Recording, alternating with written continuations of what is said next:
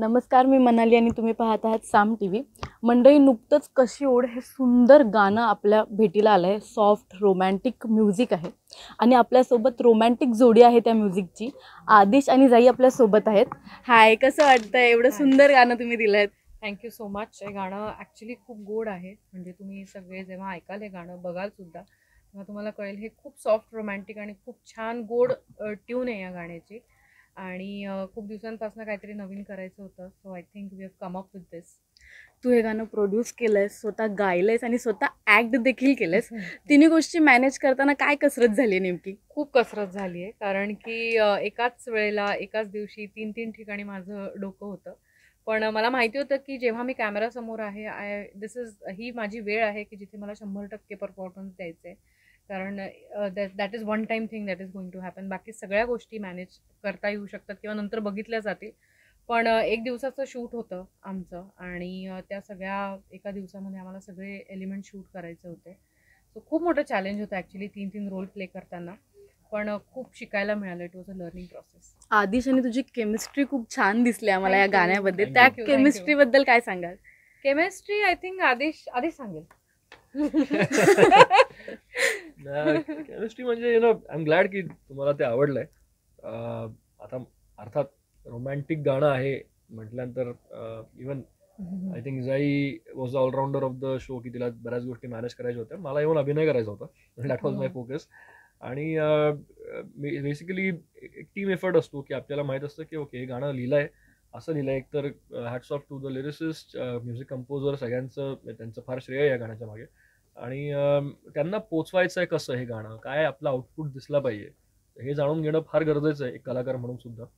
I think माझे अमोलसोबत, डायरेक्टरसोबत ते डिस्कशनही व्हायचं की तुला काय रिॲक्शन अपेक्षित आहे, या वाक्यातनं काय लोकांपर्यंत पोचवायचं आहे. सो माझं ते काम होतं जाणून घेणं. त्याच्या मॅक्सिमम प्रयत्न मी तो केला. आणि आय थिंक मला माझं इंडिव्हिज्युअल लेवलवरती एक काम काय आहे हे कुठेतरी कळल्याने ती केमिस्ट्री येण्यात सोपं पडतं.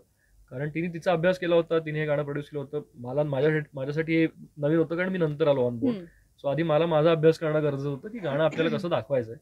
आणि त्याच्यानंतर आय थिंक इंडिव्हिज्युअली तुम्हाला दोघांना, दोन मेन कलाकारांना जर आपापली कामं माहीत असतील ना, तर तुम्ही एकत्र आल्यानंतर तुम्हाला माहिती आहे की केमिस्ट्री फार महत्त्वाची आहे. तुम्हाला ते ॲक्शन रिॲक्शन हे येणं गरजेचं आहे. त्याच्यामुळे it was just the action reaction, आणि त्याच्यामुळे ती केमिस्ट्री आय थिंक तुम्हाला ती आवडले.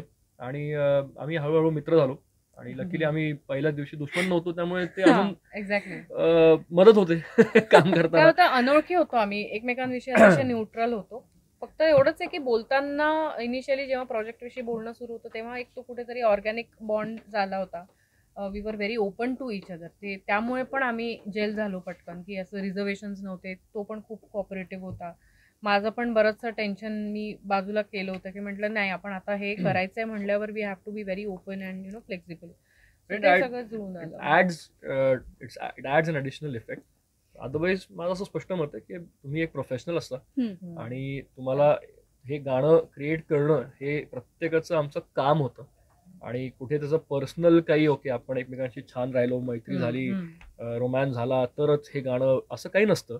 हे मिथ आहे. She had her money invested in the project. I was getting paid, everybody was paid for it. त्यामुळे प्रत्येकाची ती जबाबदारी होती की आपलं आपापलं काम चोखरित्या ते पार पडलं पाहिजे. सो आय थिंक जसं मी म्हटलं की तुमची ऑनसेट मैत्री असेल तर अर्थात it's always an additional advantage, कारण तुम्ही तेवढ्या गोष्टी डिस्कस करता. एक चांगला त्याच्यात एक इफेक्ट मिळतो. पण ते नसलं ना तरी सुद्धा I think if you are a professional, good professional enough, तर तुम्हाला माहीत असतं तुम्हाला ते काय हवं आहे. आणि I think then you get the chemistry. म्हणजे मला असे माहितीतले ॲक्टर्स आहेत ज्यांचं फार पटायचं नाही सेटवरती, पण त्यांची केमिस्ट्री ऑन स्क्रीन कमाल असायची. लकीली आमचं असं पण नाही की आमचं we have been always on a good level and we have bonded since the beginning. पण I think credit goes to the whole team, की प्रत्येकाला त्याचं एक काम या गाण्याला घेऊन माहीत होतं. त्याच्यामुळे एक तो जेन्युइन प्रयत्न, ते आउटपुट तुमच्यासमोर आहे. आणि since you have liked it, so we are happy की तो प्रयत्न जरा कुठेतरी यशस्वी ठरतो. आणि गाण्याच्या पूर्ण दिवसभराच्या शूटमध्ये, म्हणजे इफ यू रिमेंबर, आम्ही हार्डली एकमेकांशी बोललोय. आम्ही फक्त वेळच नव्हता. टेकलाच उभं राहायचो. आम्ही डिस्कस पण करायचो नाही काय करायचंय. ऑफकोर्स अमोल आम्हाला गाईड करायला होते, डिरेक्टर. पण असं नाहीये की मैत्री आहे किंवा ओळखतो आम्ही एकमेकांना आता या प्रोजेक्ट निमित्त म्हणून आम्ही गप्पा मारतो. आणि इतकं ते प्रोफेशनली पण आम्ही सगळ्या गोष्टी हँडल केल्या की फक्त शॉर्ट असेल तेव्हा यायचं, बाकी इतर वेळेला गाण्याच्या प्रोसेसमध्ये आम्ही सगळे होतो. पण हे गाणं बघून असं वाटतच नाहीये की हे एका दिवसाची मेहनत आहे, एका दिवसात एवढं सगळं Thank you. शूट That's- केलंय तुम्ही, Thank एवढं you so perfectly much. Manage झालं त्या सगळ्या गोष्टी की त्या खूप छान झाल्यात. माझा तुम्हाला प्रश्न आहे की जसं तुम्ही सिरियल्समध्येही काम केलंय, म्युझिक व्हिडिओमध्ये काम करता, दोन्हीमध्ये तुम्हाला काय डिफरन्स जाणवतो ॲज अ ॲक्टिंगमध्ये? आता 8 वर्ष झाले काम करून, म्हणजे टेक्निकली मी सिरियल म्हणा किंवा फिल्म म्हणा किंवा ॲड म्हणा, की आता म्युझिक व्हिडिओ हा तिसरा का चौथा आहे. So I have work on all platform. फार म्हणजे थोडक्यात सांगायचं झालं तर आय थिंक प्रत्येक actor to actor, individual to individual depend करतं ती व्यक्ती किती व्हर्सटाईल आहे ॲडॅप्ट करायला. कारण थिएटरमध्ये आपण जेव्हा काम करतो तेव्हा एका विशिष्ट पद्धतीने आपल्याला आवाज पोचवायचा असतो, एक्सप्रेशन पोचवायचं असतं शेवटच्या रोपर्यंत. तेच तुम्ही जेव्हा टेलिव्हिजनवरती येतात, तुमचे माईक लावलेले असतात, तुम्ही त्या लेवलचं नाही करू शकत. You have to adapt, you have to mould yourself. तेच मग म्युझिक व्हिडिओमध्ये जिकडे तुम्हाला बोलायचं नाही आहे, तुम्हाला फक्त एनॅक्ट करायचं आहे, it's just expressions, things change again. So I think if anybody is a good actor enough, त्यांना जर व्हर्सटॅलिटी असेल आणि अडॅप्ट करता येत असेल तर it gets easier for them if you know the product, if you know की तुम्हाला जाऊन सेटवरती तुमच्याकडनं अपेक्षित काय आहे. सो आय थिंक मी आजही बरंच शिकतोय रोज, जेव्हा सेटवर जातो. इव्हन या सेटवरती सुद्धा मला 4 गोष्टी नव्यानेच कळल्या, किंवा असं काय मी काय 100 म्युझिक व्हिडिओज नाही केले. So again this was a wonderful experience for me की ओके, या एका दिवसात 2 दिवसात अशा पद्धतीचं काम होणे असं काढता येतं आपल्याला. So I think it was a great learning process for me also. बरंच शिकतोय रोज, जेव्हा सेटवर जातो. इव्हन या सेटवरती सुद्धा मला 4 गोष्टी नव्यानेच कळल्या, किंवा असं काय मी काय 100 म्युझिक व्हिडिओज नाही केले. So again this was a wonderful experience for me की ओके, या एका दिवसात 2 दिवसात अशा पद्धतीचं काम होणे असं काढता येतं आपल्याला. So I think it was a great learning process for me also. हा प्रोजेक्ट जेव्हा पहिल्यांदा तुझ्याकडे आला तेव्हा तुझ्या डोक्यात काय थॉट होते? थोडासा होता की एक छान कल्पना आहे, छान शब्द आहेत, छान म्युझिक दिलं आहे, छान गायली आहे, आता छान डिरेक्शन होईल आणि आता फक्त आपल्याला छान कलाकार म्हणून काम करायचं आहे. आणि मला एक चांगली फिलिंग होती. म्हणजे बऱ्याचदा असं होतं की when you feel good about something you want to be a part of it. असे माझ्या आत्ताही लाईफमध्ये कारण बाकीचे काही प्रोजेक्ट्स आहेत जे मी करत आलो आहे 2 वर्ष, कारण I feel good about the project. असं वाटतं की तिकडे जाऊन काहीतरी मेहनत करतोय, you are growing as an actor, as a person too sometimes. So या म्युझिक व्हिडिओबद्दल सुद्धा मला एक ती भावना होती की एक छान गोड गाणं लोकांपर्यंत पोहोचेल, आणि मे बी प्रेक्षकांपैकी जे कोणी हा व्हिडिओ बघतील त्यांच्या चेहऱ्यावरती जर एक हास्य असेल तर आय थिंक ती प्रत्येकासाठी ती एक अचिव्हमेंट असते. पैसा हा भाग वेगळा असतो, आय थिंक तुमचं काम लोकांपर्यंत पोहोचून if their day gets brighter or they have a good smile on the face.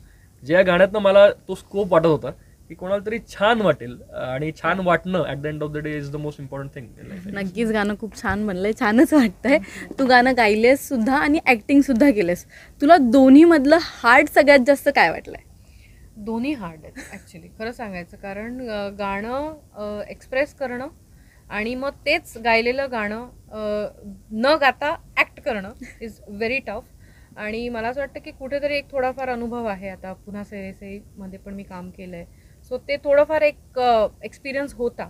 पण कसं आहे की कॅमेरासमोर उभं राहून ॲक्टिंग करणं इज खूप अवघड गोष्ट आहे ती. म्हणजे हॅट्स ऑफ टू आदिश आणि अनेक जे ॲक्टर्स आहेत जे डेली कॅमेरासमोर उभं राहून काम करतात. म्हणजे it was a challenge for me, कारण माझ्या सवयीचा तो भाग नव्हता. पण हो, ते चॅलेंजिंगच आहे. आय थिंक दोन्ही गोष्टी चॅलेंजिंग आहेत, कठीण होतं ते खूप. ओके, तुम्ही यूट्यूब प्लॅटफॉर्मवरती हे गाणं एकदम चालतंय हे तुम्ही पण पाहिलं असेलच. हो. पण जेव्हा आपण एखादं सॉन्ग रिलीज करतो तेव्हा आता सध्याच्या सोशल मीडियावरती इंस्टाग्राम असेल, यूट्यूबचे रील्स असतील, ह्या गोष्टींना तुम्ही ॲज अ चॅलेंज म्हणून विचार केला होतात का गाणं रिलीज करताना? हो, नक्कीच नक्कीच. कारण की जितकं क्रिएटिव्ह आणि चांगलं काम तुम्ही करता ते प्रेझेंट करणं आणि लोकांपर्यंत ते पोहोचणं ही खूप मोठी जर्नी असते. आणि लोकांचे चॉईसेस आता हळूहळू बदलत चालले आहेत. सो त्याच्यामुळे आपण त्यांच्या चॉईसेसला कंट्रोल नाही करू शकत. आपण त्यांना नवीन काहीतरी त्यांना ऐकवू शकतो, देऊ शकतो, बघायला सांगू शकतो, पण अल्टिमेटली इट्स देअर चॉईस. पण आम्हाला असं वाटतं की we have come up with a good product which they will like it. So फार काही तसं होणार नाही असं मला वाटतं. जाता जाता एक दोघांनाही शेवटचा प्रश्न विचारते. स्टोरी टेलिंग क्रश वरती आहे, तर तुमच्या दोघांचा एखादा सेलिब्रिटी क्रश आहे का? मी सांगायचं पहिले. सेलिब्रिटी क्रश आहे ॲक्च्युली, खूप आहेत असे. म्हणजे एक नसू शकतो, म्हणजे काय बॉलिवूड का मराठी काय, any. Okay, so my first celebrity crush is हिंदीतला आमिर खान, कारण की आमिर खान आणि माझी बर्थडे इज सेम. सो मला फार ते फॅसिनेशन असतं की नाही आमिर खान सोबत, is a perfectionist, is an actor, great actor, आणि त्याची माझी बर्थडे सेम आहे. सो त्यामुळे ते एक नेहमीच एक क्रश आहे. आणि मराठीमध्ये of course Bhushan Pradhan. So he has been my crush. What about you? असं तर आता अगदीच पहिलं आता डोक्यात नाव ते म्हणजे मधुबाला, माधुरी दीक्षित आणि दीपिका पाडुकोन. म्हणजे आता दीपिका पाडुकोन म्हणजे न झालेली बायकोच म्हणा असं त्यामुळे ठीक आहे, या जन्मी नाही, कदाचित पुढच्या. मराठीमध्ये कोणी क्रश नाही? मराठीमध्ये क्रश म्हणजे आहे, होते, आता नाही होते लग्न झालंय. ग्रेट. तुमच्या सोबत गप्पा मारून खूप छान वाटलं. खूप Same. Thank you so much. Thank you. तुम्हाला Thank you. कॉंग्रॅच्युलेशन्स आणि once again Thank best you. Of luck. Thank you. Thank you. देश विदेशातील प्रत्येक घडामोडींचे लाईव्ह अपडेट मिळवण्यासाठी आता साम टीव्हीच्या सर्व सोशल मीडिया प्लॅटफॉर्मला लाईक, फॉलो आणि सबस्क्राईब करा. तसंच सर्व नोटिफिकेशनसाठी बेल आयकॉन प्रेस करायला विसरू नका.